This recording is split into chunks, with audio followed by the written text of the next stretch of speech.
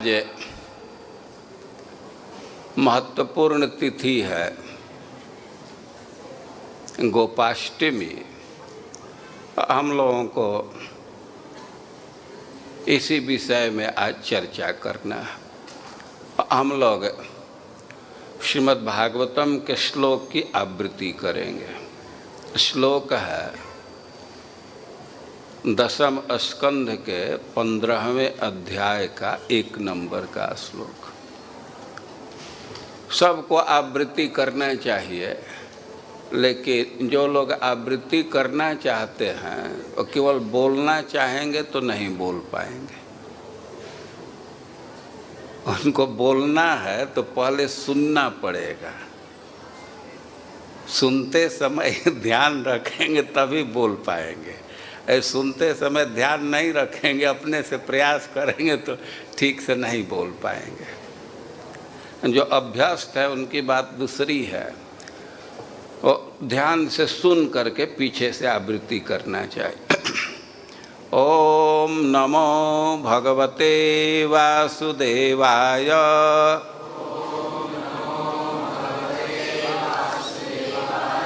ओम नमो भगवते वासुदेवाय।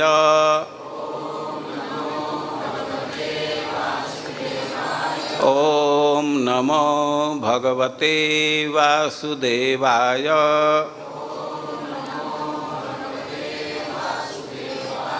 श्री शुक उवाच ततः च ततश्च पौगंडवयः श्रितौ ब्रजे बभूवतुः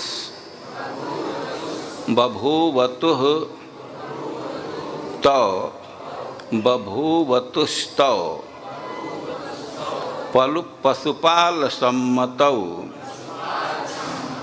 गाः चारयन्तौ गाश्चारयन्तौ सखिभिः समं पदैर् वृंदावनम पुण्यम अतीव चक्रतुः।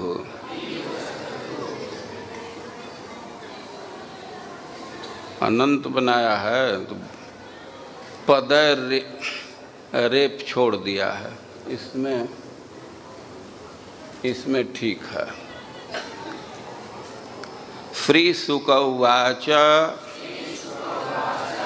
ततश्च पौगंडवयः श्रितौ ब्रजे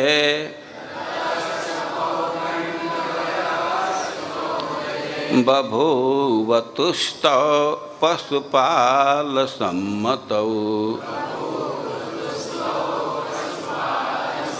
गाश्चारयन्तौ सखिभिः समं पदैर्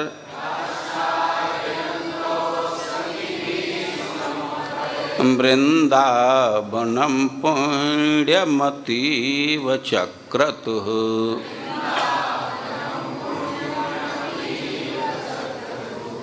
ततश्च पौगंडवयः श्रितौ ब्रजे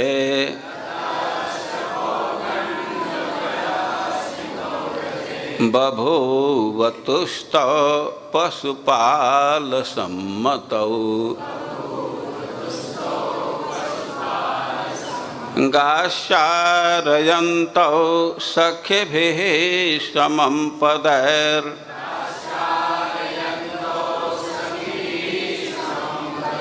वृंदावनं पुण्यमतीव चक्रतुः। ततश्च पौगंडवयः श्रितौ ब्रजे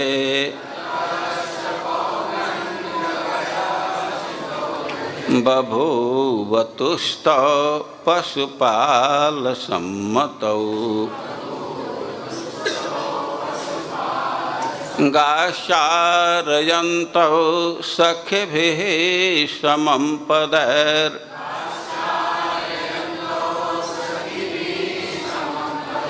वृंदावनम पुण्यमतीव चक्रतुः।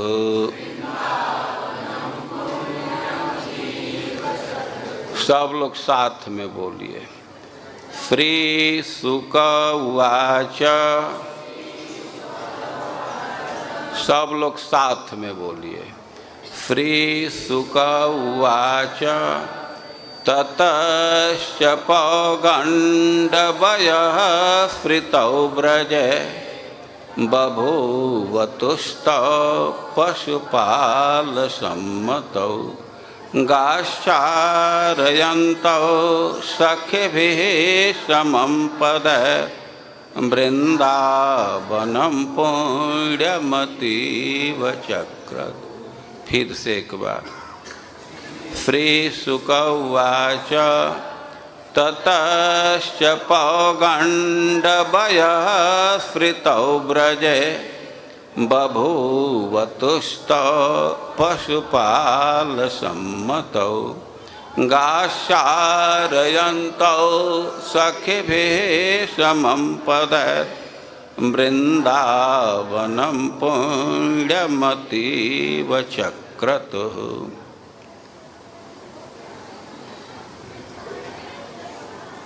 पौगण्डवयः स्मृतौ, ये द्विवचन में है। कृष्ण बलराम दोनों के लिए कहा जा रहा है। पशुपाल सम्मतौ बभूवतौ। कृष्ण बलराम पशुपालन के सम्मत हो गए, पशुपालन में सम्मति पा गए। कृष्ण बलराम के लिए कह रहे हैं कि पौगण्डवयः स्मृतौ। ये दोनों पौगंडावस्था को प्राप्त है। ये पौगंड अवस्था इनका आश्रय ले लिया इनके सेवा के लिए।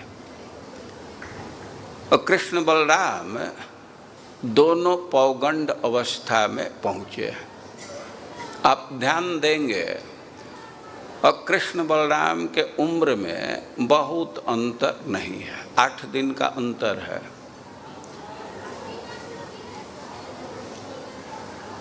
और पौगंडम 10वावधि, ऐसे उम्र का विभाजन किया गया है। ये 5 वर्ष तक बाल्यावस्था होता है और 6 से 10 वर्ष तक की अवस्था को पौगंड अवस्था कहते हैं। और कह रहे हैं कि ततश्च पौगण्डवयः स्मृतौ व्रजे। ब्रज में कृष्ण बलराम पौगंडावस्था को प्राप्त हो गए। एक सिद्धांत के अनुसार यह ब्रज की विशेषता है कि यहाँ कृष्ण बलराम पौगंड लीला करते हैं।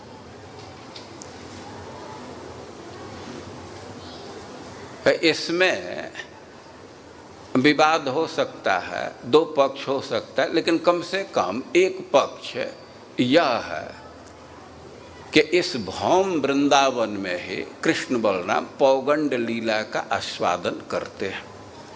ब्रज पौगंड श्रुतौ, वे ब्रज में पौगंड अवस्था को प्राप्त हुए हैं। और बभूवतुस्तौ पशुपाल सम्मतौ, कृष्ण बलराम दोनों पशुपालन के लिए सम्मति प्राप्त कर लिए। लेकिन इसके पहले कह रहे हैं कि ततश्च, ततः मतलब इसके बाद। और प्रश्न होगा कि किसके बाद? आप कृष्ण बलराम के लीला के विषय में जानते हैं। इनका जन्म हुआ मथुरा में, कृष्ण का जन्म हुआ मथुरा में। लेकिन उसी रात्रि को उनको महावन में पहुंचा दिया गया। और बलराम जी तो वहाँ पहले से थे। अब दोनों भाई कुछ दिन तक महावन में रहे, लेकिन लगभग 3.5 साल की अवस्था में, 3 साल 4 महीना कुछ दिन ऐसे जीव गोस्वामी लिखे हैं, अब पुनः वृंदावन में आ गए। और वृंदावन में अब वत्सचारण प्रारंभ किए। और ततश्च का अर्थ है कि पहले तो वत्स चरा रहे थे और वे लगभग 3.5 साल की अवस्था से ही वत्सचारण प्रारंभ कर दिया, क्योंकि 1 साल तो ब्रह्म विमोहन लीला चला और 1 साल तो ऐसे ही निकल गया। उसके पहले बछड़े चराते हुए कई एक लीला किए, लेकिन ततश्च अब इसके बाद वत्सचारण कर रहे थे, उसके तुरंत बाद पशुपाल सम्मतौ बभूवतौ, अवे गाय चराने की सम्मति प्राप्त कर ली है।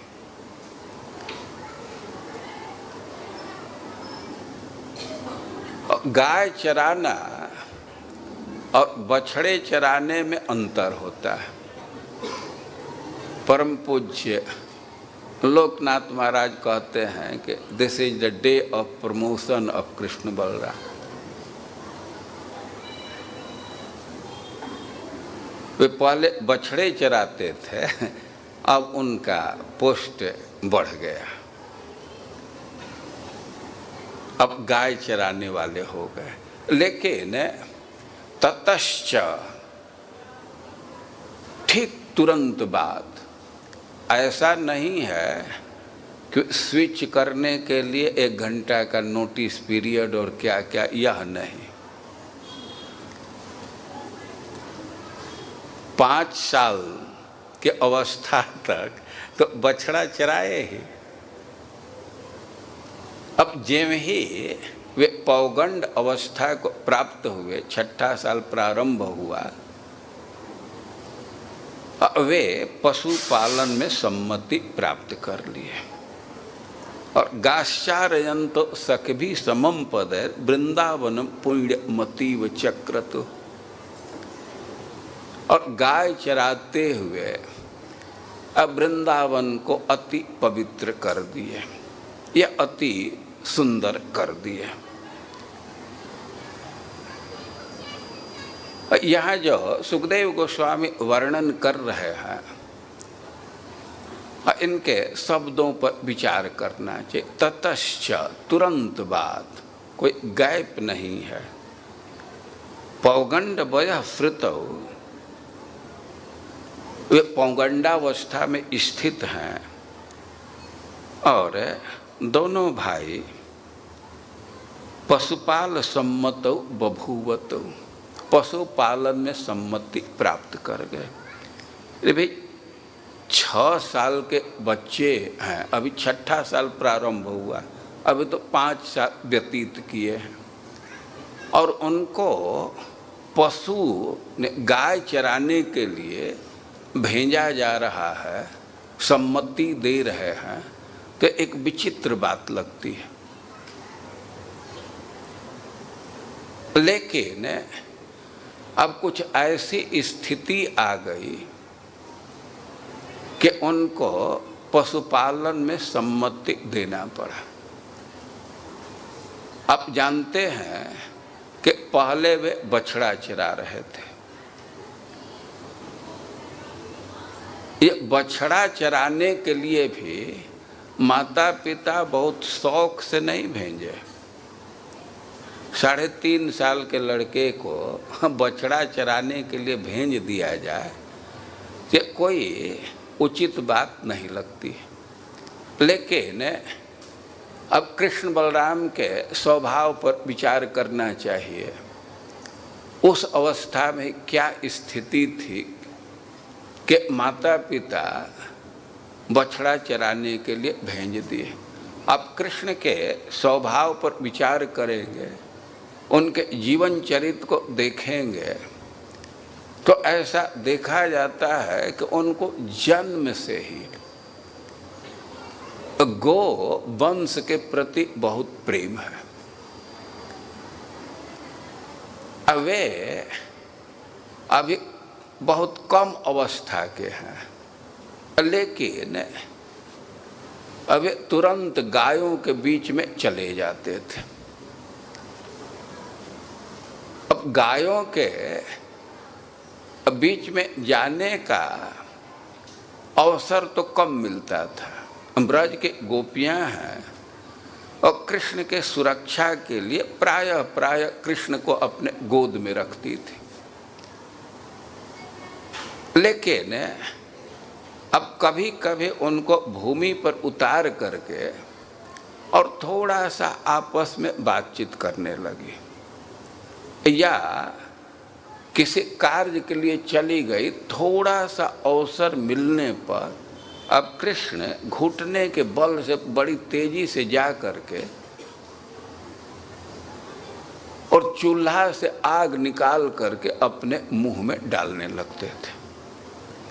या जहाँ सब्जी काटा जा रहा है तो वहाँ जो पहसुल है, छुरी है, तो उसको मुंह में डालने लगते थे।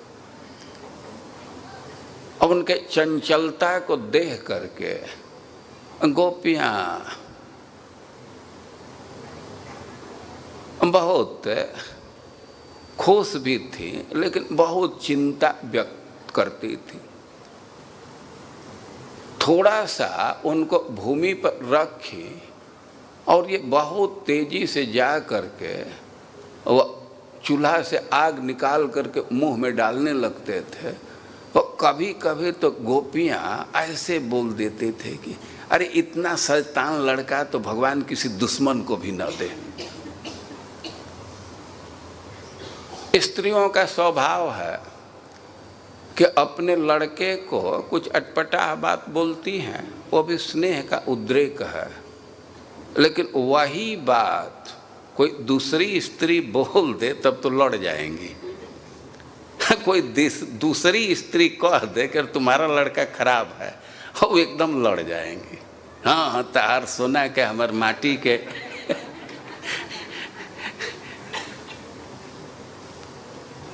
और कृष्ण बहुत चंचल थे, उनके चंचलता का वर्णन श्रीमद् भागवतम में दिया गया है। और वे कभी कभी जा करके बछड़ों का पूंछ पकड़ लेते थे। बछड़े बैठे हैं और किसी बछड़े के जा करके पूंछ पकड़ते थे। अब पूंछ पकड़े तो बछड़ा खड़ा हो गया और वो भागने लगा और कृष्ण पूंछ छोड़ नहीं रहे। पूंछ पकड़ करके वैसे खींच रहे हैं, बछड़ा घसीट रहा है तो रोने लगते थे। कोई गोपी जा करके फिर हाथ छुड़ाती थी। और कभी कभी ऐसा होता था कि दो बछड़े बैठे हैं और दोनों हाथों से दोनों बछड़ों का पूंछ पकड़ ली।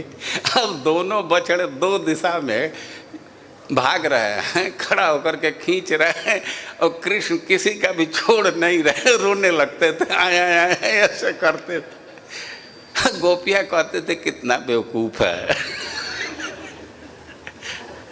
थोड़ी भी बुद्धि नहीं है। अच्छा, यहाँ तक तो चलेगा।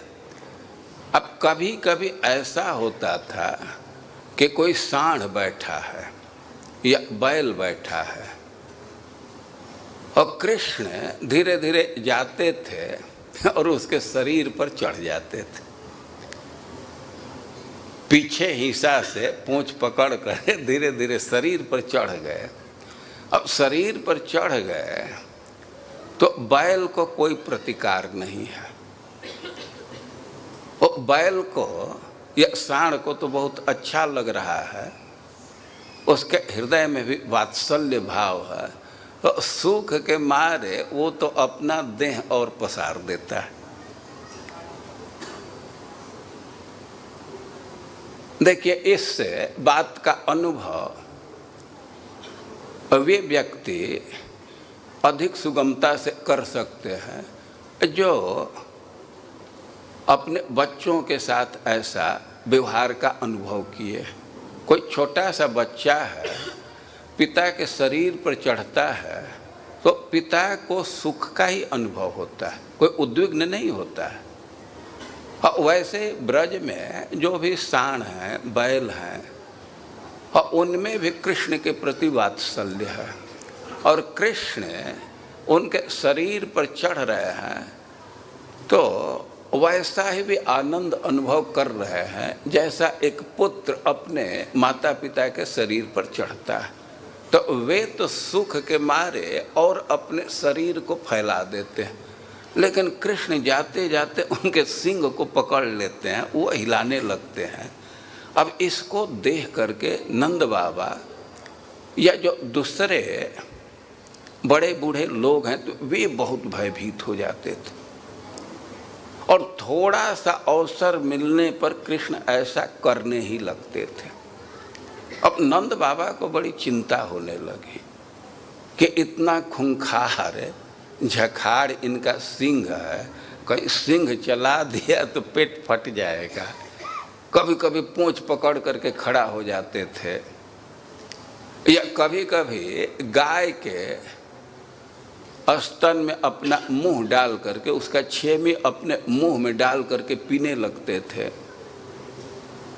और नंद बाबा बड़े चिंतित थे कि ये तो गायों को छोड़ करके, गो जाति को छोड़ करके रहता नहीं है, कि सांड के बीच में चला जाता है, बैल के बीच में चला जाता है, तो ये तो बड़ा खतरे की बात है। और उनके मन में विचार आया कि गाय के बिना, गो जाति के बिना तो यह रहेगा नहीं, लेकिन सांड से, बैल से इसको दूर रखा जाए।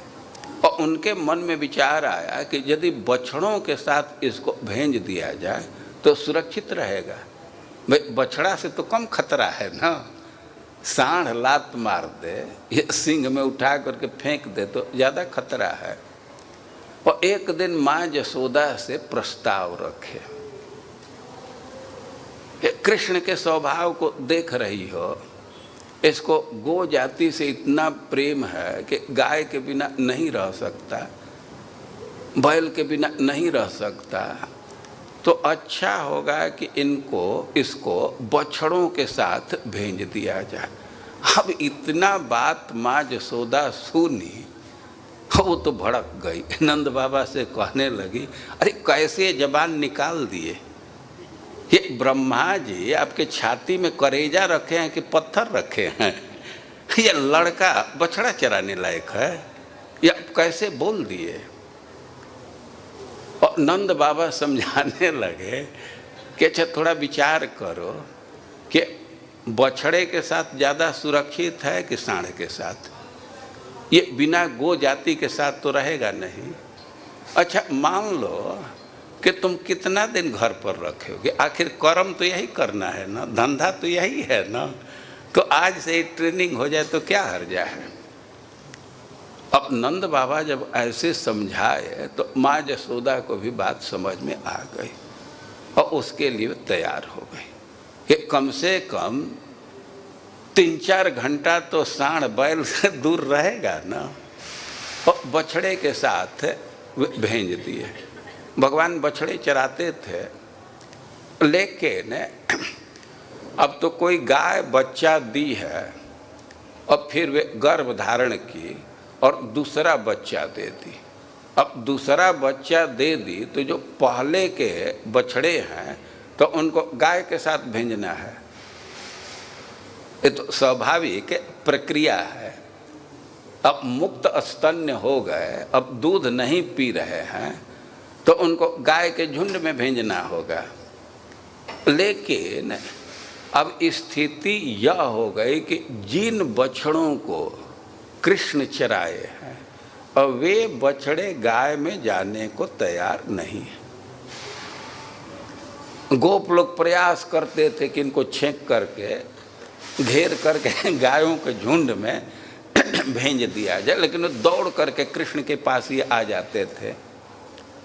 और जो बच्चे कृष्ण के साथ बछड़ा चराने जाते थे और उनके भी माता पिता चाहते थे कि अब इनको गाय चराने के लिए भेजा जाए, लेकिन वे बच्चे भी कृष्ण को छोड़ करके गाय चराने को जाने को तैयार नहीं थे। और इधर कृष्ण की तो बहुत दिन से लालसा थी, उनकी इच्छा थी कि अब हम गाय चराने जाएं, लेकिन उनको परमिशन नहीं मिल रहा था। और श्रीपाद सनातन गोस्वामी कहते हैं कि श्री भगवतः गोपालनेच्छा चिरम जाता आस्ते, उनके लालसा कि हम गाय चराने के लिए जाएं, दूर दूर तक जाएं, ये तो बहुत काल से थी। लेकिन यधुना यथा कालम किंचित वयो बलातिरेकम प्रकटनेन सम्मता अभूत इत्यर्थ। लेकिन छोटे बच्चे को गाय चराने के लिए कौन भेजेगा?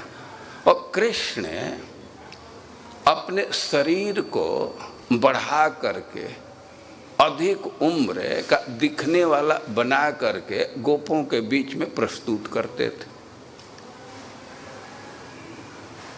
वो अभी हैं वे 6 साल के, 5 साल पूरा किए हैं, लेकिन अपने श्री विग्रह को, अपने शरीर को ऐसे प्रकट करते थे कि मानो वे 8 साल के हो।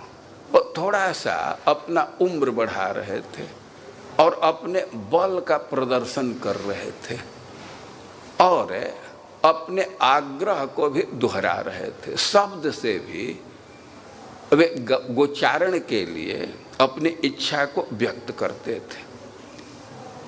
और एक तो कृष्ण का बहुत आग्रह है, और दूसरी बात है कि ऐसी स्थिति बन गई, बछड़े जो दूध पीना छोड़ दिए हैं वे भी कृष्ण को छोड़ करके गायों के बीच में नहीं जाना चाहते हैं।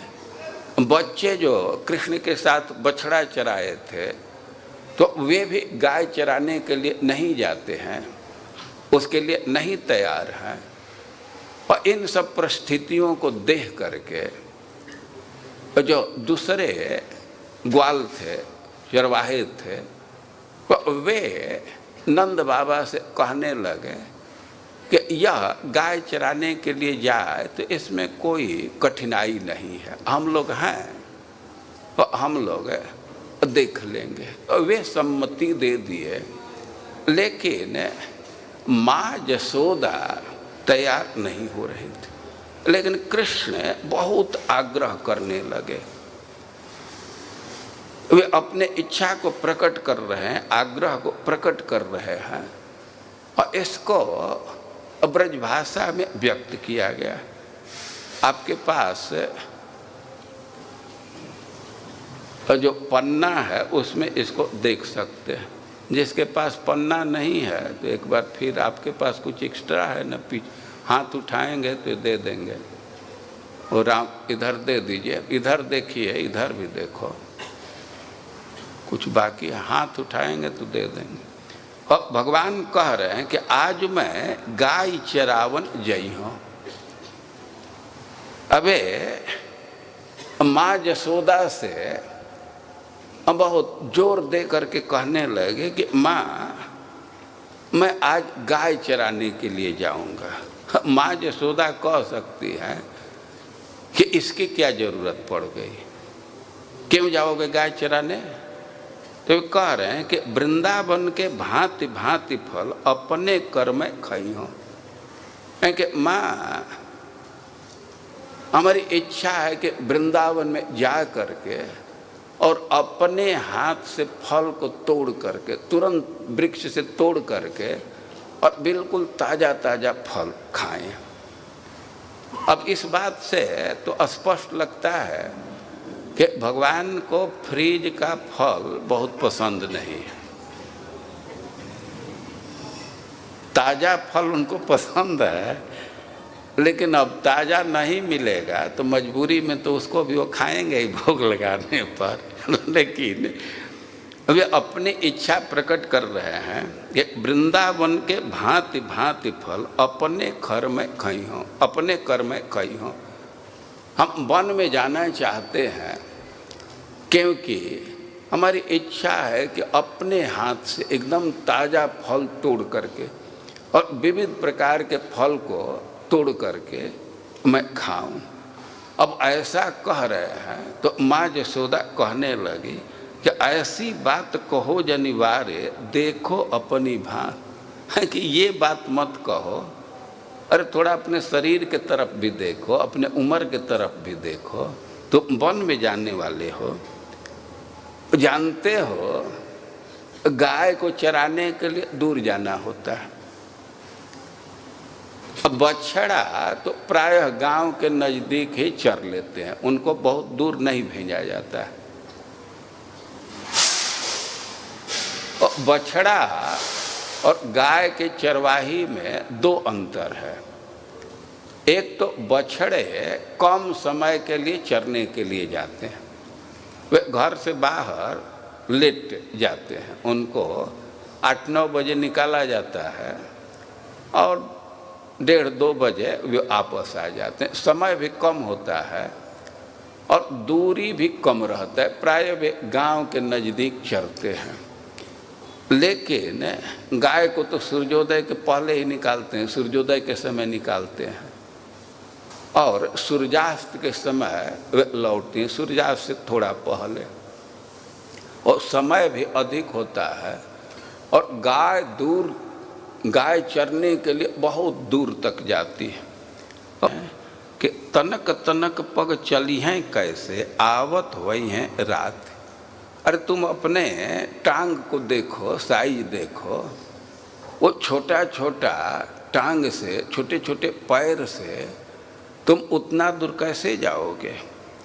और लौट करके आने में भी सांझ हो जाता है, रात्रि हो जाती है। प्रात जात गैया ले चारण, घर आवत है सांझ।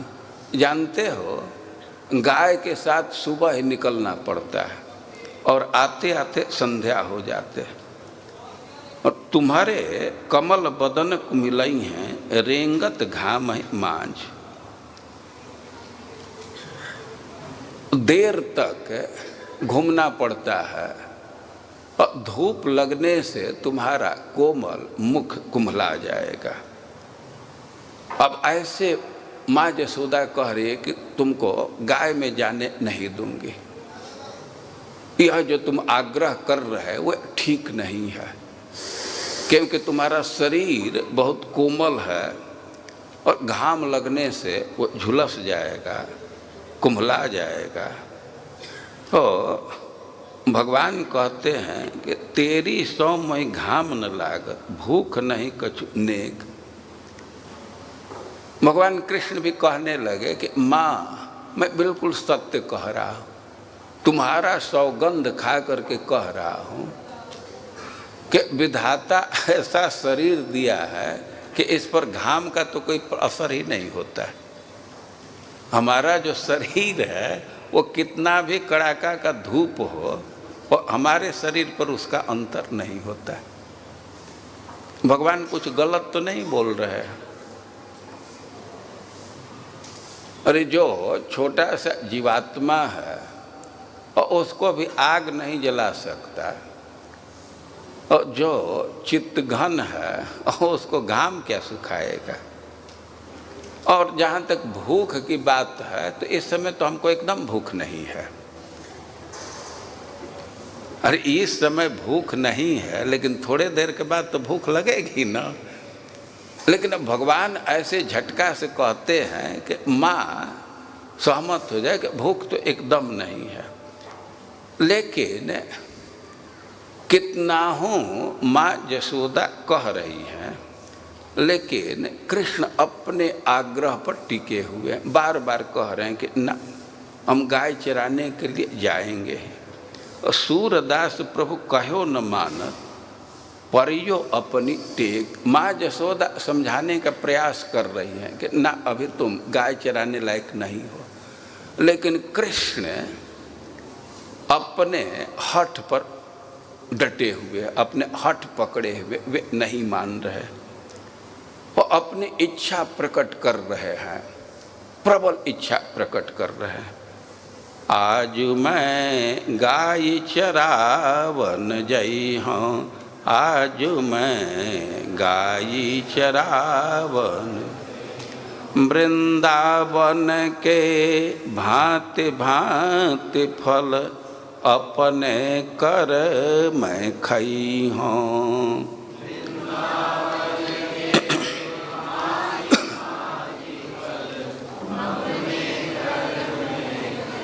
आज मैं गाय चरावन जई हूँ, आज मैं गाय चरावन जई हूँ। वृंदावन के भांति भांति फल अपने कर मैं खई हूँ।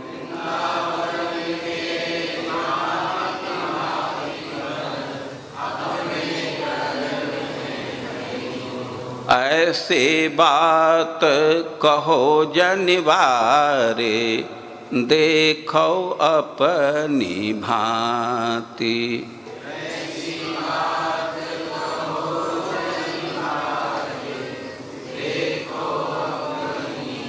ऐसी बात कहो जनिवारे, देखो अपनी भांति।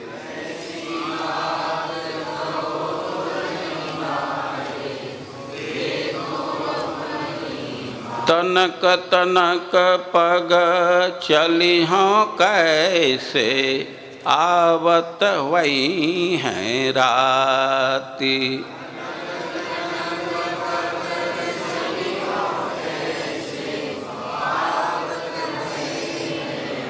तनक तनक पग चली हूँ कैसे, आवत वही हैं राती।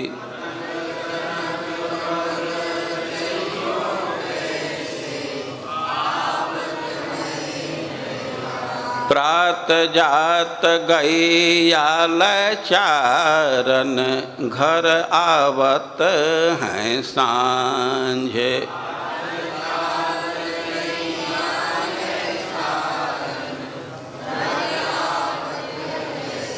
प्रात जात गई आल चारन, घर आवत हैं सांझे।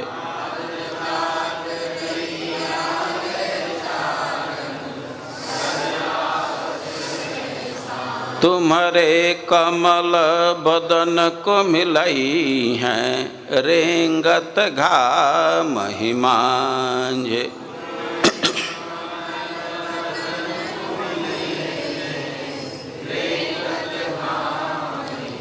तुम्हारे कमल बदन को मिलई हैं, रेंगत घाम हिमांझे।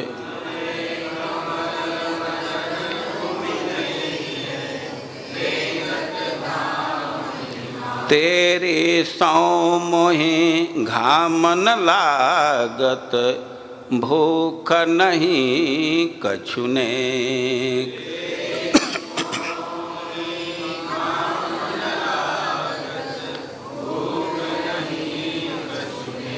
सूरदास प्रभु कहो न मानत, परियो अपनी टेक।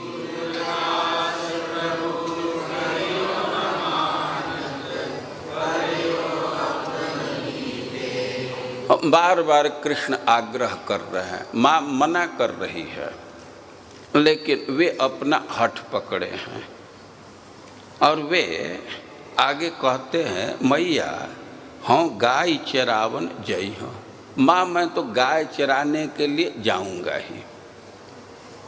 और वे कह रहे हैं कि तुम बाबा को भी समझा दो, तू कही महर नंद बाबा सो बड़े भयो न डरई है। बाबा भयभीत हैं क्या, छोटे हैं, लेकिन ऐसी बात नहीं है। अब हम गाय चराने लायक हो गए हैं, अब वे अपने उम्र को बढ़ा करके दिखा रहे हैं कि बड़े भयो न डरई हैं। अब हमारी इतनी उम्र हो गई है कि हमको अब वन में भी कोई भय नहीं है, और भय का कोई अवकाश भी नहीं है, क्योंकि अकेले तो वन में जाना नहीं है। रहता पैता मना मन सूखा हलधर संग ही रही हो। जो हमारे सखा लोग हैं, ये रहता पैता सब भगवान नाम अपने से दे दिए थे, वे तो सब साथ में रहेंगे, अकेले तो जाना नहीं है। और सबसे बड़ी बात है कि बलराम भैया भी तो साथ में रहेंगे। बंसी बट तर ग्वालिन के संग खेलत अति सुख पई हो, कि हमारी इच्छा हो रही कि वृंदावन में जाएं, यदि परमिशन दे देती हो तो सखाओं के साथ उधर खेलने में हमको बहुत आनंद मिलेगा। और जहाँ तक तुम कह रही हो कि भूख लग जाएगा, तो वो कोई भारी समस्या नहीं है। ओदन भोजन दे दधि कांवरी, भूख लगे तो खई हो। ये भूख है कि समस्या, वो कोई भारी समस्या नहीं है। तुम दही भात बांध दो, उसको ले करके जाएंगे, जब भूख लगेगी खा लेंगे, और भूख तो कोई समस्या नहीं है। सूरदास है साखी जमुन जल सौ देहूँ जो नहाई हो। लेकिन माँ कह रही है कि केवल भूख प्यास की समस्या नहीं है। अरे वन में तो अनेक नदी है, नाला है, तो उससे भय है। और कह रहे हैं कि ना, हम जमुना जी के जल का सौगंध खा करके कह रहा हूँ कि जमुना में तो एकदम प्रवेश नहीं करूँगा, किसी नदी में स्नान नहीं करूँगा, हम वन में जाएंगे। मैया हूँ गाई चरावन जई हाँ,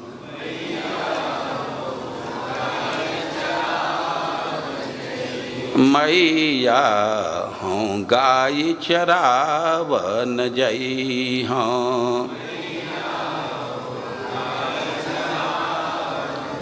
तो कहे महर नंद बाबा सो बड़ो भयो न डरई हाँ।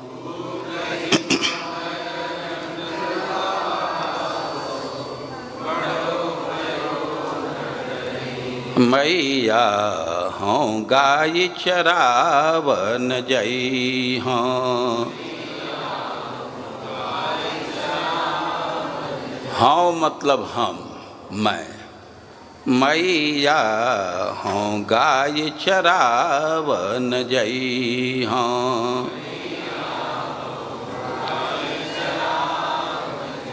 तो कहे महर नंद बाबा सो बड़ो भयो न डरई हाँ।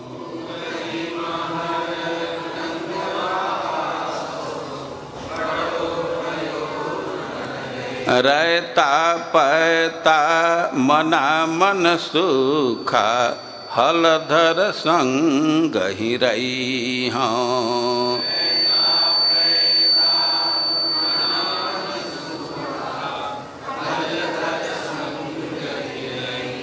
बंसी बट तर ग्वालन के संग खेलत अति सुख पई हाँ।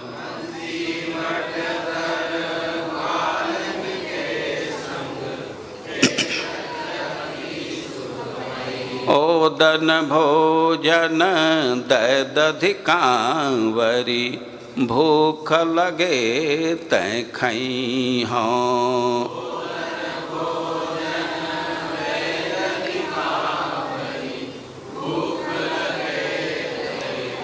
सूरदास हैं साख्य जमुन जल, सौ देहूँ जो नहीं हों।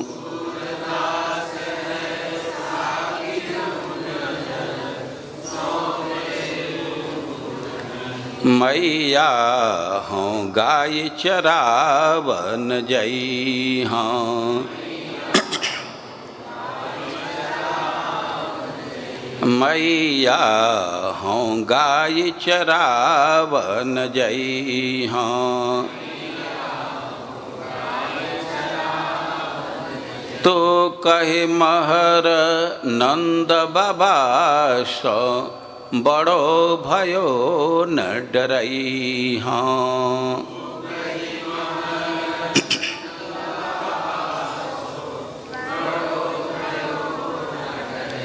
रहता पैता मना मन सुखा, हलधर संग ही रही हों।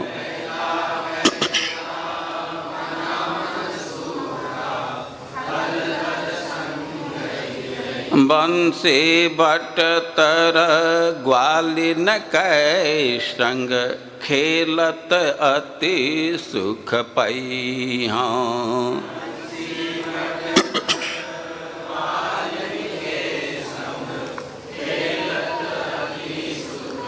ओदन भोजन दै दधि कांवरी, भूख लगे ते खई हों।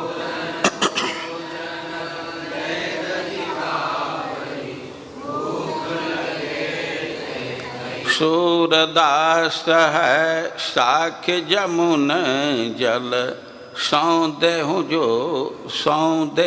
जो नहीं हों।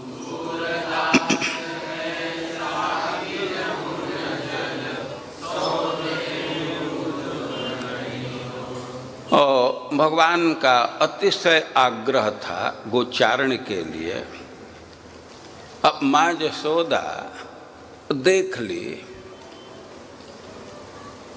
कि यह मानेगा नहीं, अपने हट से हटेगा नहीं। एक विचार के अनुसार वो जो बच्चे थे पहले से ही उधर तैयार थे, वे कुछ आगे बढ़ गए थे और वे बुलाए कन्हैया, कृष्ण दौड़ करके चले गए।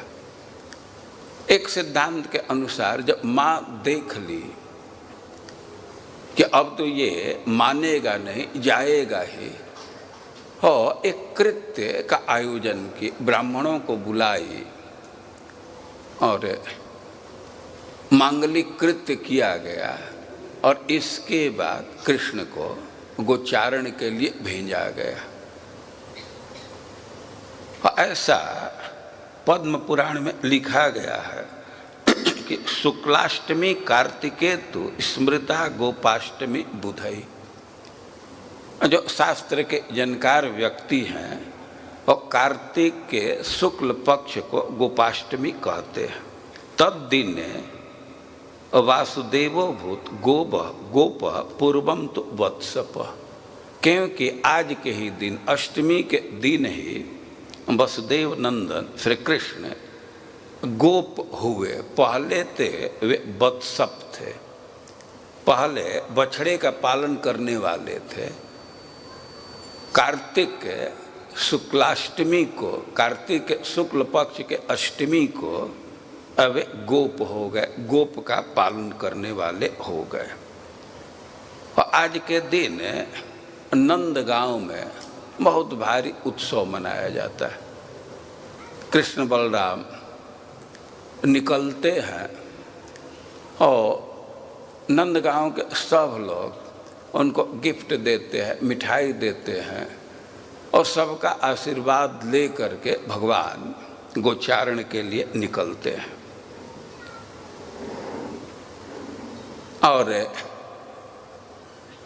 राधा रानी भी कृष्ण को देखने के लिए वन में चली जाती हैं, लेकिन गोप वेश धारण करके। और इसी से आज आप देखेंगे कि संध्या के समय राधा रानी को गोप वेश में सजाया जाता है। गोपाष्टमी महत्वपूर्ण तिथि है और सुखदेव गोस्वामी भगवान के गोचारण लीला का प्रारंभ कर रहे हैं तो कह रहे हैं कि गाश्चारयन्तो सखिभिः समं पद वृंदावनम पुण्यमतीव चक्रतु। अपने सखाओं के साथ सखी भी गाय को चराते हुए वे वृंदावन को अतीव पुण्य बना दिए। पुण्यम चक्रतु। वृंदावन सबको पवित्र करने वाला है, लेकिन भगवान जब गोचारण के क्रम में वृंदावन में भ्रमण किए, उनके चरणों का प्रत्यक्ष संपर्क मिला तो वृंदावन और पवित्र करने वाला हो गया। या पुण्य का अर्थ होता है सुंदर। चारु के अर्थ में पुण्य शब्द का प्रयोग किया जाता है। और एक गाश्चारयन्तो, अपने सखाओं के साथ गाय चरा रहे हैं और वृंदावनम अतीव पुण्यम चक्रतु। कृष्ण बलराम वृंदावन को बहुत सुंदर बना दिए। कैसे सुंदर बना दिए कि पद ही अपने चरण चिन्ह से। भगवान के चरण चिन्ह बहुत सुंदर है। सुखदेव गोस्वामी कृष्ण के लीला का उपसंहार करते हुए वर्णन किए हैं कि कृष्ण पदैस्तान निक्षताम क्रिया, अपने चरण चिन्ह से उस चिन्ह को देखने वाले के क्रिया का हरण कर लिया। कृष्ण के चरण चिन्ह इतने सुंदर हैं कि जो व्यक्ति एक बार उसको देख लिया तो अपना सब काम धंधा भूल गया, वह आगे कुछ कर नहीं पाया। अब वृंदावन में दूर दूर तक भ्रमण कर रहे हैं तो उनके चरण चिन्ह से वृंदावन अतीव सुंदर हो गया। और वे पहले भी तो वृंदावन में घूम ही रहे थे। ऐसा तो नहीं था कि वे घर में बंद थे या जेल में बंद थे। तो अब क्या हो गया कि वृंदावन अतीव सुंदर हो गया। और ध्यान रखना चाहिए कि पहले भगवान चलते थे, थोड़े दूर में घूमते थे, एक चीज है। और दूसरी बात है कि भगवान का उम्र कम है और उनके पैर छोटे छोटे हैं, तो जो चरण चिन्ह है वे अस्पष्ट नहीं उभरते थे। देखते हैं ना, किसी फोटो को देखना होता है, चिन्ह को देखना होता है तो जूम करते हैं, बढ़ा देते हैं, तो बढ़ा देने से वो स्पष्ट दिखता है। और भगवान के चरण में 19 चिन्ह हैं, तो बहुत सुंदर है। भगवान कमल का चिन्ह धारण किए हैं। वैसे तो स्वाभाविक चिन्ह है, लेकिन वो चिन्ह को धारण करने में कुछ उद्देश्य भी है। भगवान के चरण चिन्ह में एक चिन्ह है कमल, और कमल को धारण करते हैं मन को, मन रूप भौरे को वशीभूत करने के। मन बहुत चंचल है, लेकिन जो व्यक्ति भगवान के चरण का ध्यान करेगा मन बिल्कुल स्थिर हो जाएगा।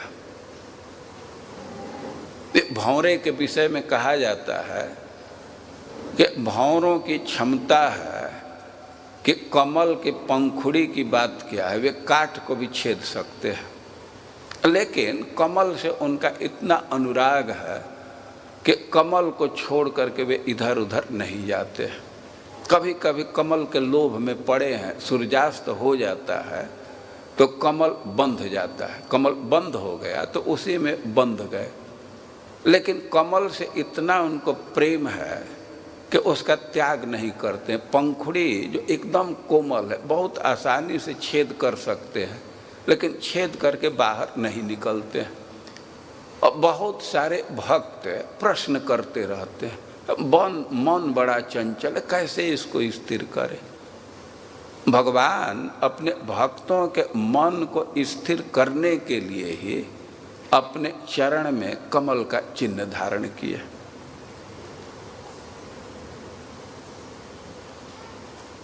वे अपने चरण में अंकुश का चिन्ह धारण किए। मन बहुत प्रबल है, हाथी के समान है, लेकिन हाथी को भी जो महावर है तो अंकुश से कंट्रोल में ला देता है। और इस मन रूप मतवाले हाथी को कंट्रोल करने के लिए भगवान अपने चरण में अंकुश का चिन्ह धारण किए। वे वज्र का चिन्ह धारण करते हैं।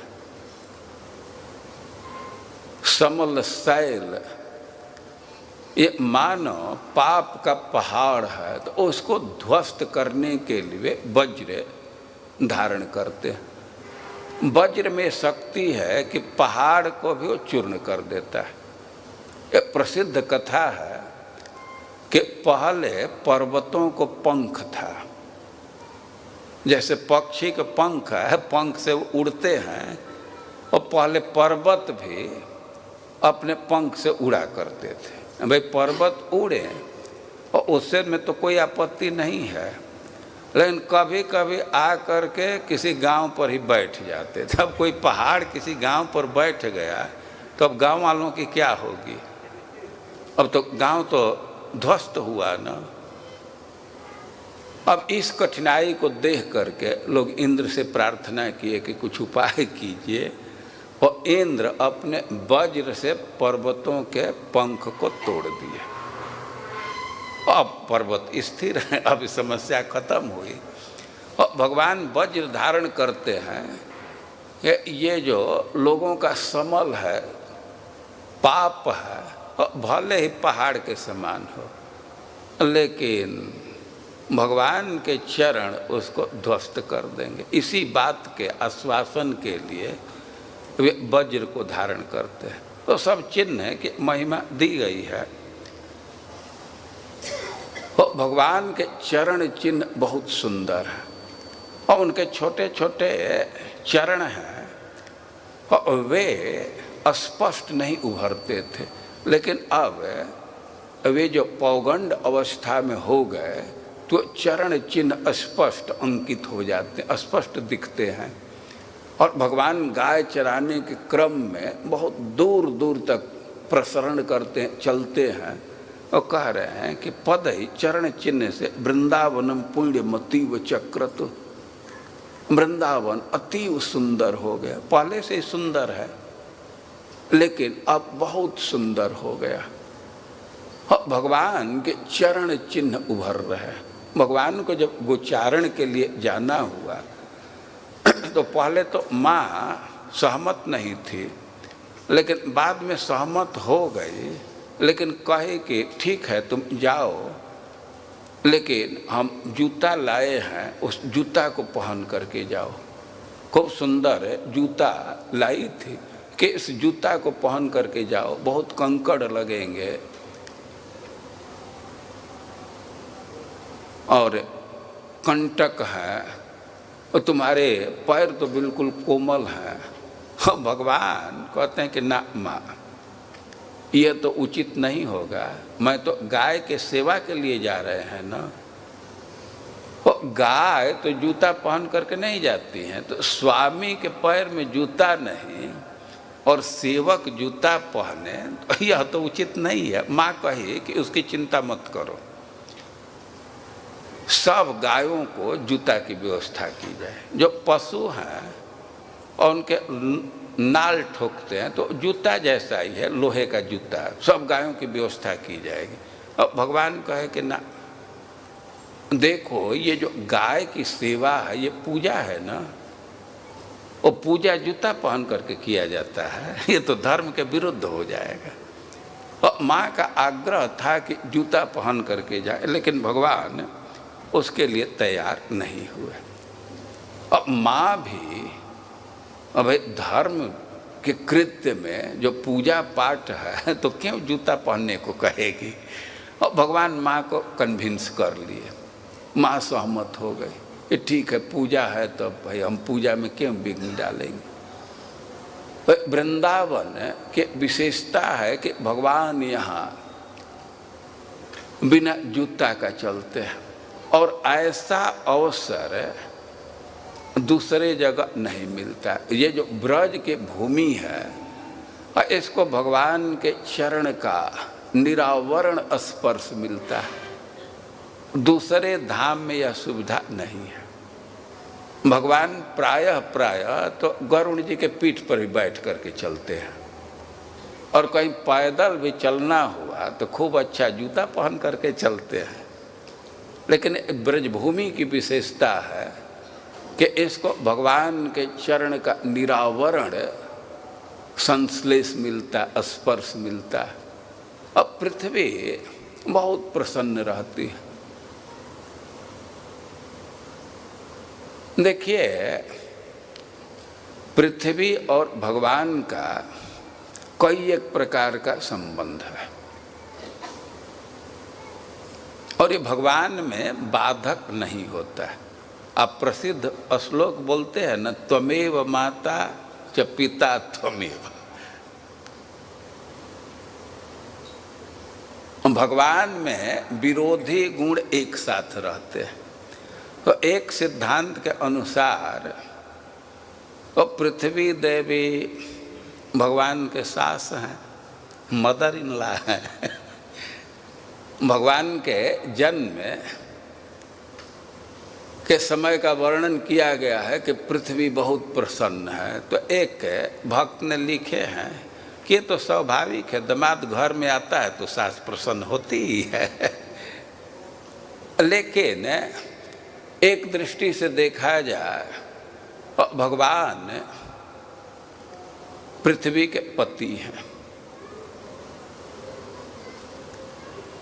विष्णु पत्नी स्पष्ट पृथ्वी को संबोधित किया गया श्रीमद् भागवतम में। भगवान विष्णु के नारायण के अनेक पत्नियां हैं, लेकिन दो प्रमुख पत्नी का नाम लिखना हो तो पृथ्वी देवी आ जाए, श्री देवी और भूदेवी।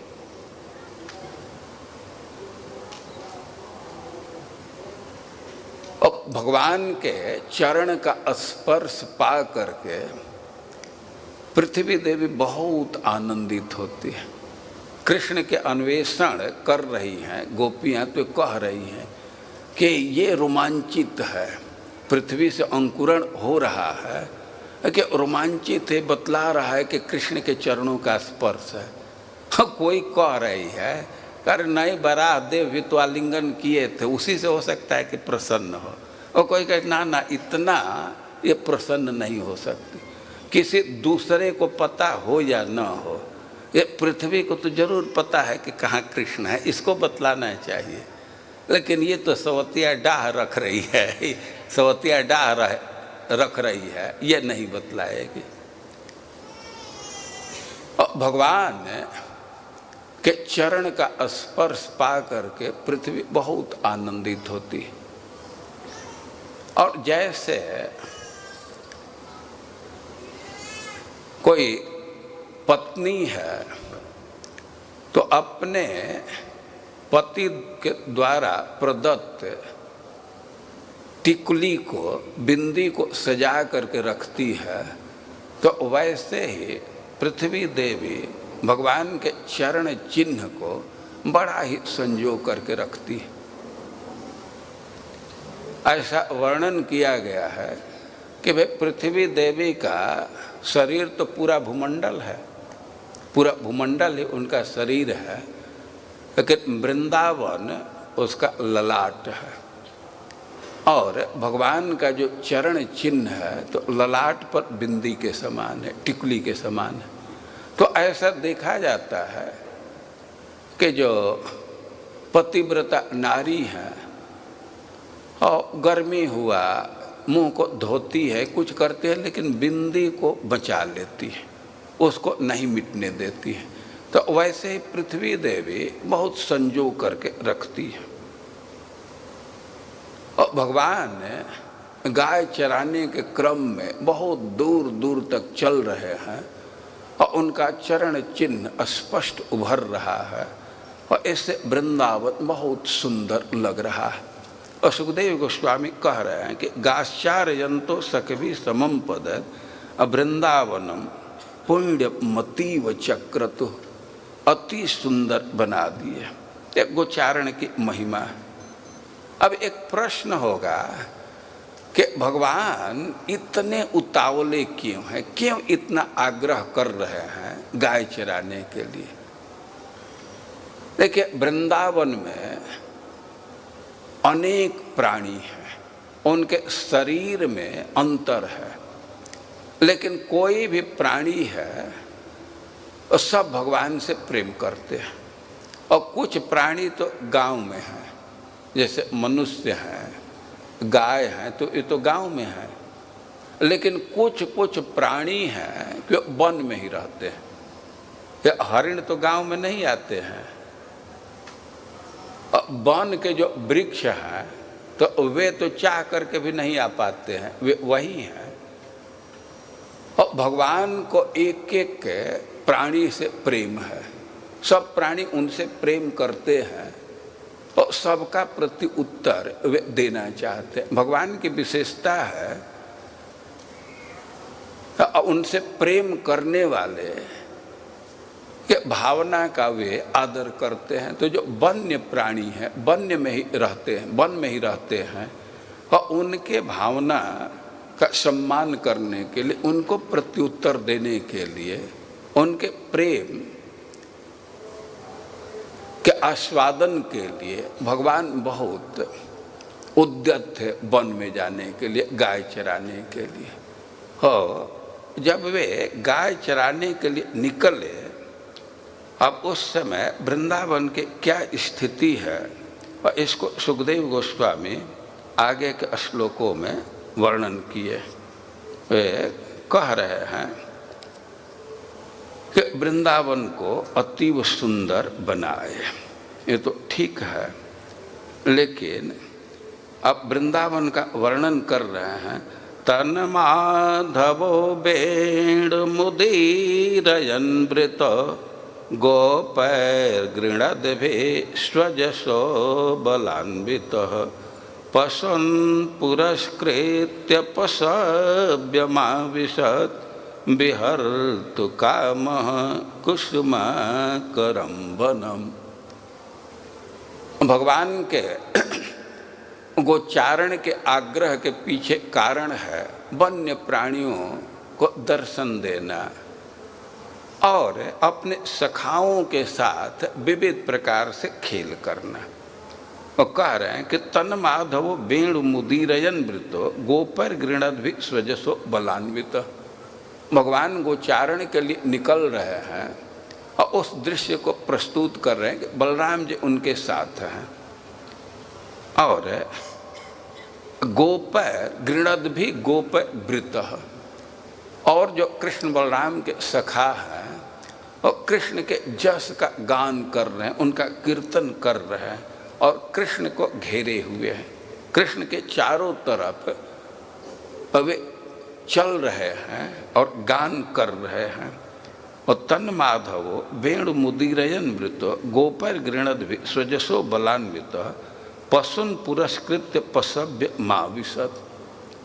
और भगवान गायों को आगे किए, सखा लोग साथ में उनको घेरे हुए हैं और कह रहे हैं कि पशव्यम आविशत। अब वृंदावन में प्रवेश किए। वृंदावन के लिए कह पशव्यम, वे पशुओं के लिए बड़ा हितकारी है। खूब कोमल कोमल घास है, अब वृक्ष से भरे हुए हैं, छाया का अभाव नहीं है। और कह रहे हैं कि विहर्तु काम कुसुमाकर वनम। और कृष्ण की इच्छा है कि खूब खुल करके क्रीड़ा करे, विहार करे। तो वन में प्रवेश किए और वन में प्रवेश कर रहे हैं। तन माधव वेणु मुदीरयन, वे वेणु को बजाते हुए, बंसी का वादन करते हुए वन में प्रवेश कर रहे हैं। बंसी वादन का आशय है कि जो वन में रहने वाले प्राणी कृष्ण के प्रेम में जर्जरित तो हो रहे हैं, तप्त है, और बेणु बजा करके उनको सांत्वना दे रहे हैं कि अब मैं पहुंचने वाला है, मैं नज़दीक आ गया, और उनको थोड़ा सांत्वना मिले, और इस आशय से वे बेणु बजाते हुए प्रवेश कर रहे हैं। और तन्मंजु घोषाल मृगद्विजाकुलम महन मनः प्रख्य पय सरस्वता वातेन जिष्टम शतपत्र गंधिना निरीक्षरंतुम भगवान मनुदधे। भगवान जब वृंदावन में प्रवेश किए और वहाँ के शोभा को देख करके, वहाँ के वातावरण को देख करके वो भगवान का मन डोल गया। अवे क्रीड़ा करने के लिए ललचा गए। मतन मंजु घोषाल मृग द्विजाकुलम, वृंदावन का वर्णन कर रहे हैं कि वहाँ कुसुमाकरम बहुत बहुत प्रकार के फूल हैं, और उससे भंवरे हैं, वो मतवाले हैं, उसके गंध से मतवाले हैं, और स्वाभाविक ही गान कर रहे हैं। और जो पुष्प है तो उस पर वे बैठे हुए हैं, उसका रस ले रहे हैं, उसके गंध से आकृष्ट हैं। लेकिन जब कृष्ण वन में प्रवेश किए और सब फूल को छोड़ करके अब कृष्ण के गंध से लुब्ध हो गए, इनके नज़दीक वे मडराने लगे। तो तन्मंजु घोषाली मृग द्विजाकुलम महन मनः प्रख्य पय सरस्वता। और वो वन भरा हुआ है भंवरों से और पक्षियों से, और भी जो दूसरे पशु हैं, और वन में कई एक सरोवर हैं, और उसका पानी बिल्कुल स्वच्छ है।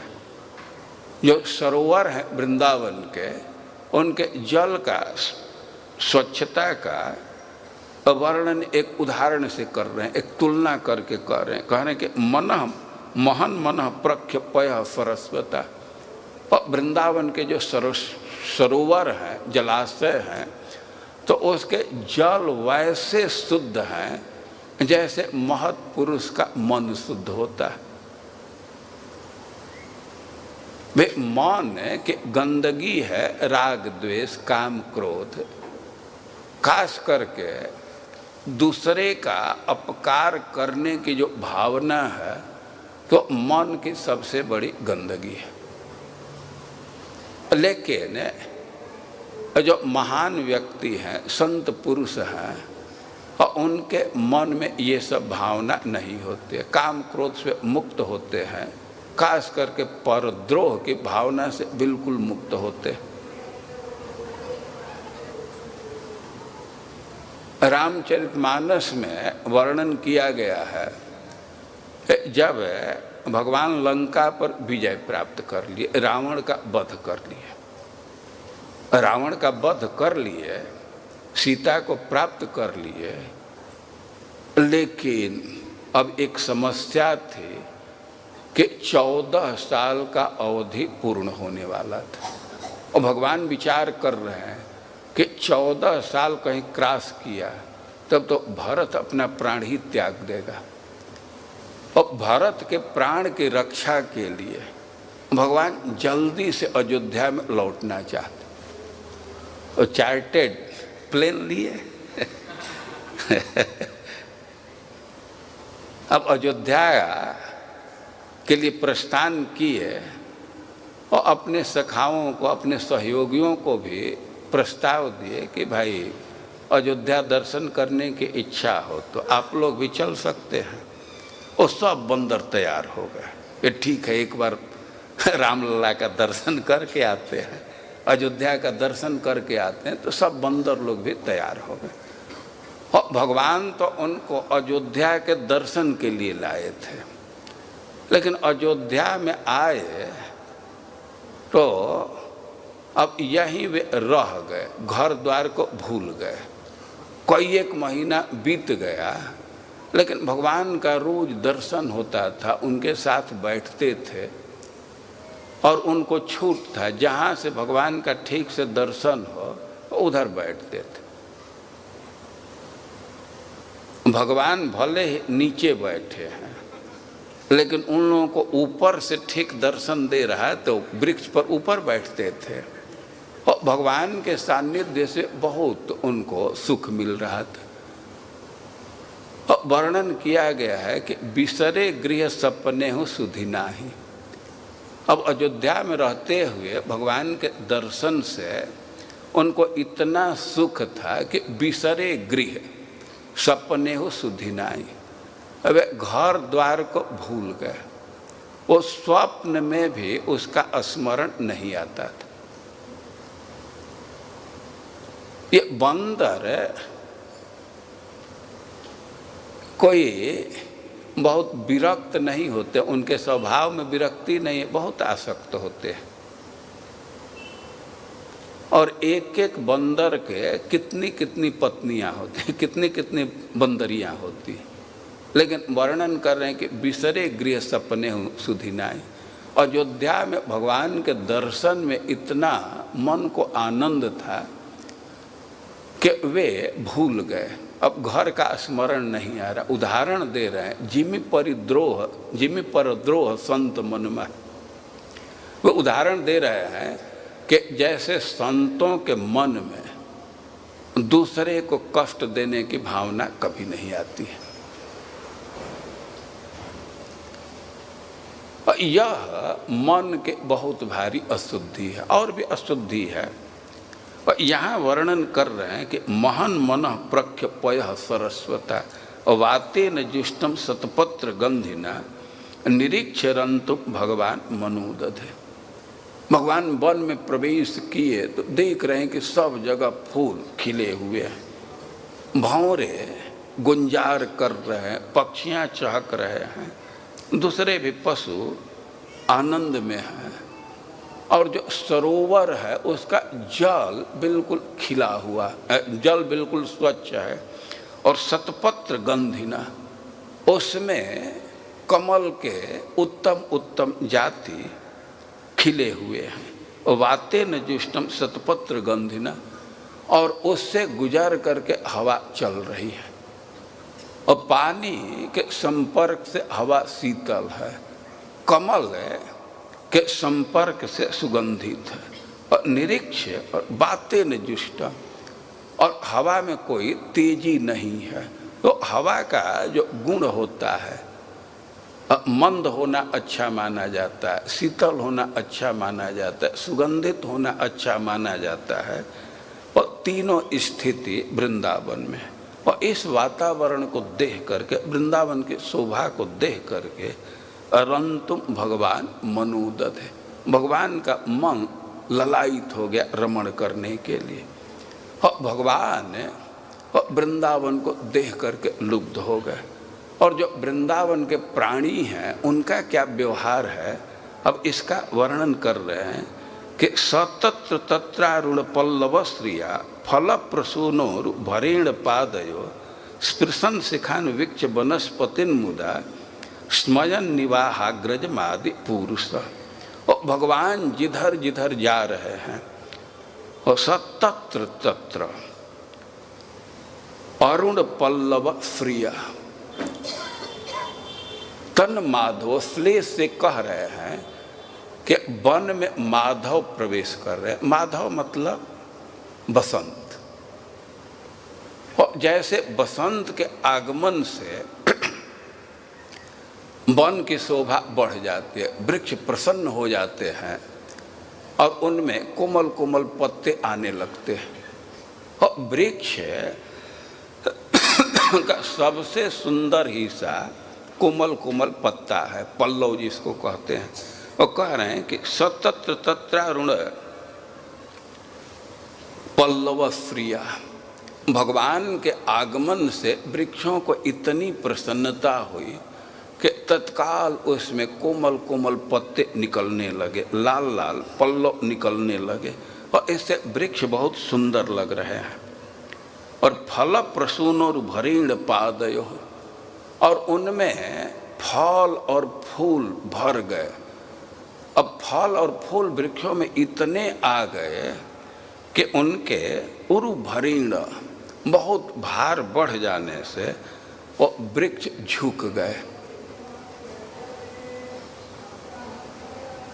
एक भाव यह है कि भगवान के सानिध्य से वृक्ष इतने प्रसन्न हुए और इतने फूल और फल भर गए कि उनको ये भार हो गया। और जैसे मस्तक पर बहुत भार हो जाए तो व्यक्ति उसको भूमि पर रखता है, तो फल और फूल का इतना भार हो गया कि अपने भार को उतारने के लिए अब वे झुक गए, अपने डाल को भूमि पर रख दिए मानो भार को उतारने के लिए। यह दूसरा भाव है कि भगवान को देख करके वे नमस्कार करने लगे।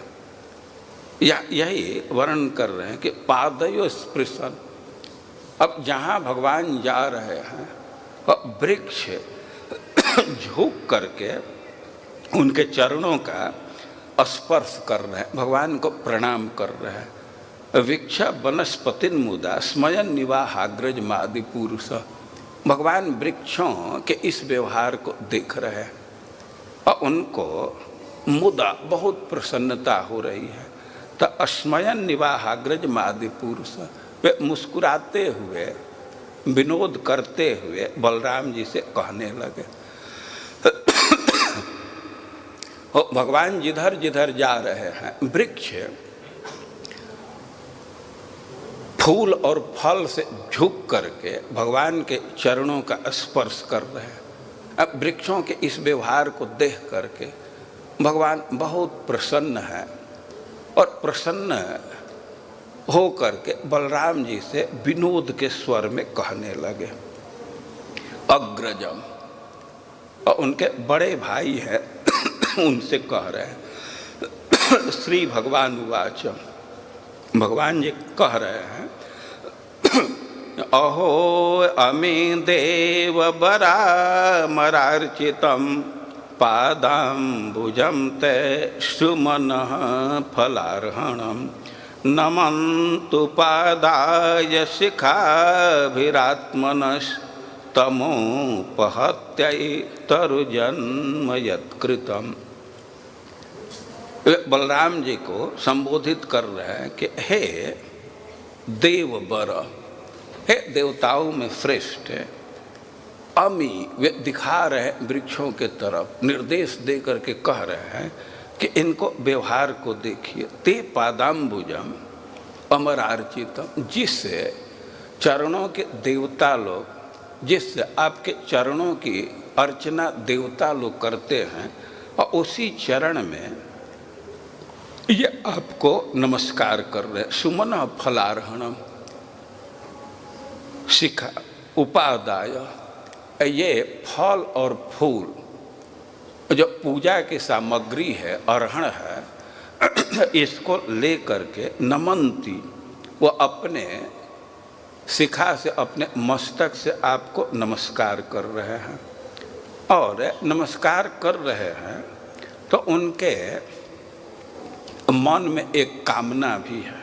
कामना क्या है? तमोपहत्य तरुजन में यत्कृतम, वे अपने बंधन को दूर करना चाहते हैं। और सच्चाई यह है कि वृक्ष कृष्ण के चरणों में नमस्कार कर रहे हैं। अब बड़े भाई साथ में है और उनके समक्ष किसी के प्रणाम को स्वीकार करना, ये तो सभ्य व्यवहार नहीं है। और भगवान इस आदर को बलराम जी की तरफ रिफर कर रहे हैं। आदर वृक्ष कर रहे हैं कृष्ण का, लेकिन वे कह रहे हैं कि देखिए वृक्ष आपको नमस्कार कर रहे हैं। एक तो यह भाव है। दूसरा भाव है कि भगवान वृक्षों के व्यवहार को देख करके प्रसन्न है, तो बलराम जी के माध्यम से उनके बहाने अब वृक्षों को सुनाना चाहते हैं कि तुम्हारे प्रणाम को मैं स्वीकार कर रहे, तुम्हारे व्यवहार से हम अवगत है, तुम्हारे भावना को हम पूरा पूरा समझ रहे हैं। तो बलराम जी को संबोधित कर रहे हैं कि हे देववर, हे देवश्रेष्ठ, आपके जिन चरणों की वंदना देवता लोग करते हैं, अमरार्चितम, और उसी चरण में नमन्ति, ये वृक्ष नमस्कार कर रहे हैं। और वृक्ष नमस्कार कर रहे हैं अपने शिखा भी, अपने जो शाखा का अंतिम छोर है तो उससे नमस्कार कर रहे हैं। और उसमें कह रहे हैं कि सुमना फलार्हणम उपादाय, वे खाली खाली नमस्कार नहीं कर रहे, पूजा की सामग्री लिए अपने मस्तक पर ये जो फल फूल है यही पूजा की सामग्री है। अभी भगवान सूर्य के पूजा का समय व्यतीत हुआ है तो आप लोग देखे होंगे कि टोकरी में बहुत बहुत फल लेकर के व्यक्ति जाता है सूर्य पूजा के लिए। और वैसे ही वृक्ष अपने मस्तक पर फूल और फल लेकर के भगवान के चरणों में नमस्कार कर रहे हैं और कह रहे हैं कि तमोपहत्य, ये वृंदावन के वृक्ष हैं। ऐसे सामान्य रूप से देखा जाए तो वृक्षों का जीवन बड़ा बंधन का है। वह दूसरे प्राणी हैं, बहुत तेज धूप है तो वहाँ से हट करके छाया में चले जाएंगे, लेकिन वृक्ष तो बंधन में है। और सामान्य रूप से अर्थ होगा कि तमोपहते, अपने बंधन को दूर करने के लिए वे आपके चरणों में नमस्कार कर रहे हैं। लेकिन यह सिद्धांत वृंदावन के वृक्षों पर वैलिड नहीं है। जहाँ ब्रह्मा जी, उद्धव जी वृक्ष बनना चाहते हैं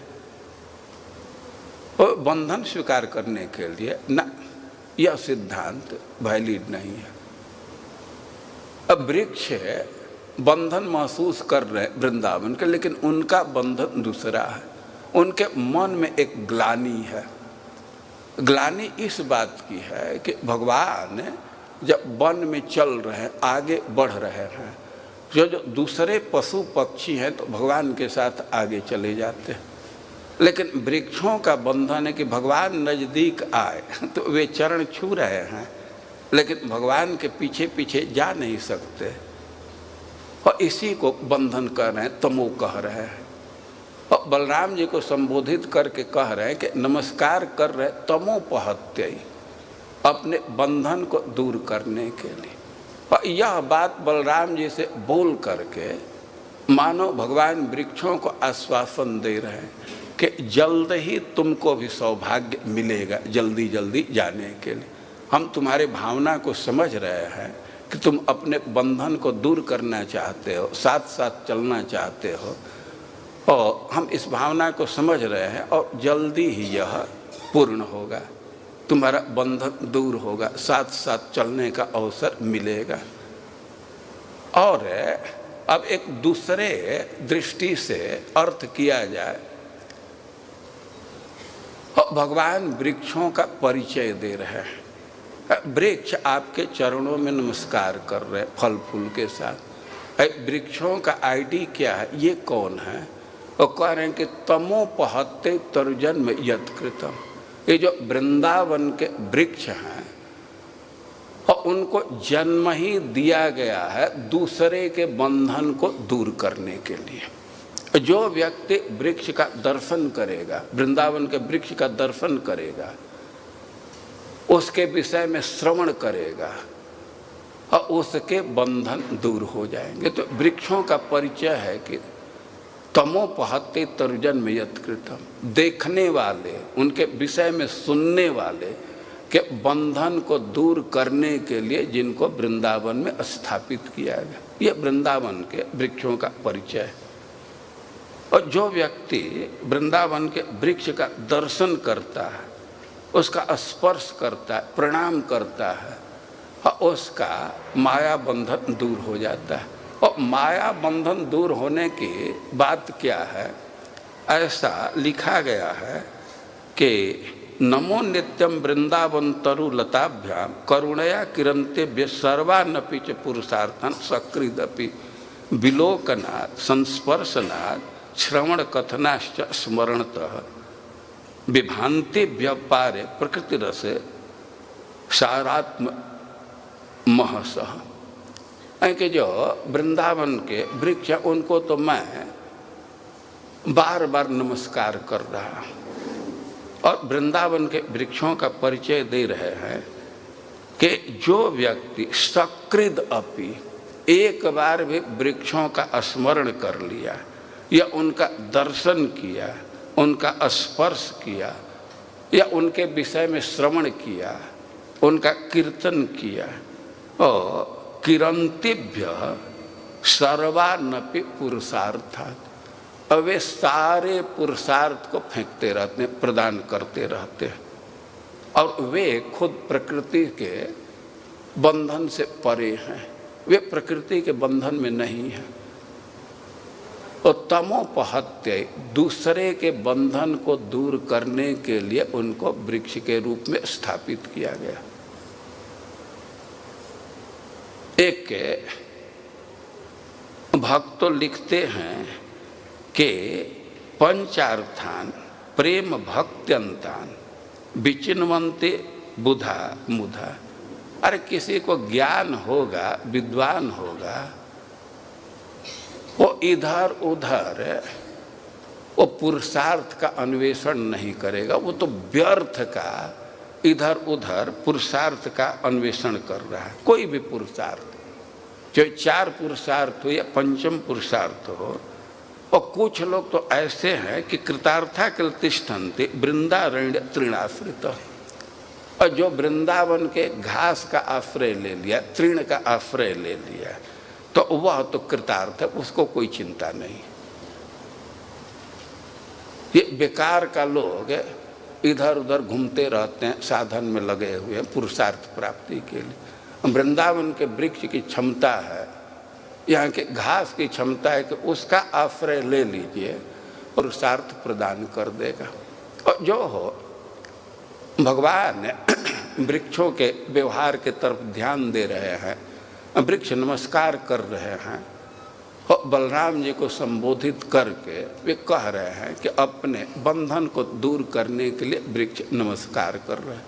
और भी जो वन के प्राणी हैं वो भगवान के सेवा में तत्पर हैं, जो भी उनके पास गुण है, संपत्ति है, और उसको भगवान की सेवा में अर्पित कर रहे हैं और भगवान उसका आस्वादन करते हुए, उनके प्रेम का आस्वादन करते हुए आगे बढ़ रहे हैं। गाय को चराते हुए आगे बढ़ रहे हैं। और गाय को क्या चरा रहे हैं, पहले ही वर्णन किया गया पशव्यम, वो तो पशुओं के लिए बहुत सुखद है। पशु आनंद से, गाय आनंद से उसमें विचरण कर रही हैं और भगवान विविध प्रकार की लीला कर रहे हैं, बच्चों के साथ खेल रहे हैं। तो ऐसा वर्णन किया गया है। अब आज के लिए इतना मन में रखिए कि भगवान पहले बछड़ा चराते थे, आज के दिन वे गाय चराना प्रारंभ किए और इसी से विद्वान लोग इसको गोपाष्टमी कहते हैं। कार्तिक शुक्ल पक्ष के अष्टमी का नाम गोपाष्टमी है, क्योंकि इसी दिन भगवान गाय चराना प्रारंभ किए थे। हरे कृष्ण।